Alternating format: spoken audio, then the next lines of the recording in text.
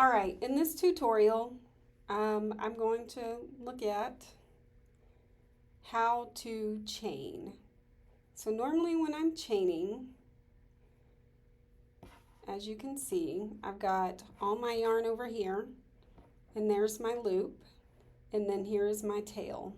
What I normally like to do is have the tail on the left, my working yarn on the right, and then put my needle into the crochet, into the yarn.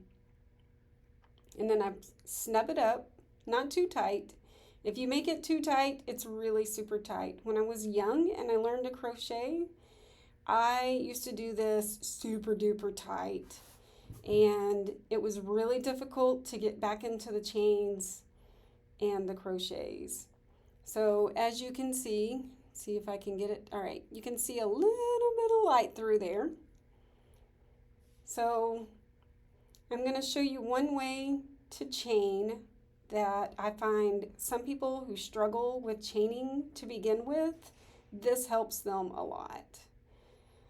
And just to get the concept of chaining, this is not necessarily the best way to chain, but when you're not understanding chaining, this is a really good method. So you're going to take the yarn, your working yarn, and you're going to lay it over the crochet hook. You're going to take this right here and then kind of hold that down a little bit and hook it right there and then pull it over. And then take your yarn, and you're going to want to go right to left. You don't want to go this way and then this way, because then you get twists in your chain. You want to be consistent. So always right to left over the top. Then you're going to take this on your loop and slide it over. And then again, and slide it over. And so as you can see, we have an oversized chain here. And you can clearly see where all the chains are. And you'll just continue. Make sure you hold the hook part up. And this is just a way until you figure out what to do with your fingers and your hands and the crochet hook and how to hold things. This is a good way to get started. And sometimes the yarn does not always cooperate. Slide over. So you're going to lay it over. Sometimes you may have to put your thumb there just to hold your yarn in place.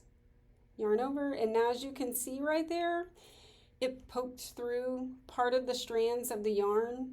So you just kind of pull it out a little, take your needle out, straighten it up, and then put your needle back in, and then problem solved. And as you can see, we still have this nice chain. It's not perfect, but that is what the chain is supposed to look like. So this is one side of the chain, this is the front, and then I'm going to take my needle out. And this is the back side. See how all the loops have a bar across the middle of them? And then when we turn it on this side, all you really see is just the loops coming out of each loop. And that's how you know you're at the front.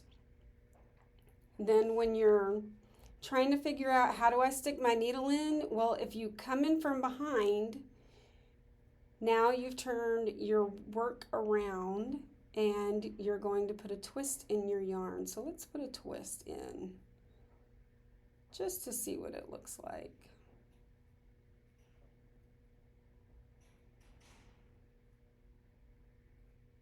Well,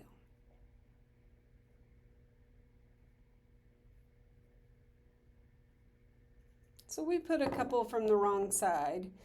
So now as you can see, when you're looking at your chain, it looks a little awkward.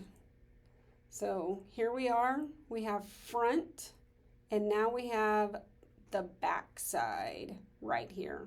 So that's what happens when you stick your needle in from the wrong side.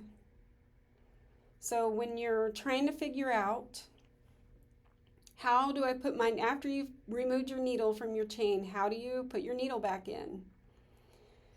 Well, as you can see, your chain yarn is right here on the right side coming up and over.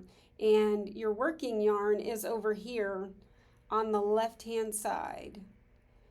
So you always want to stick your needle in on the front side, and then make sure this loop isn't twisted, that your working yarn is on the left. And you'll stick your needle back in. And then when you come back over, we'll come over a couple times, and then we'll pull the needle out, take a look. We don't have any twists. And that is one way to make a chain.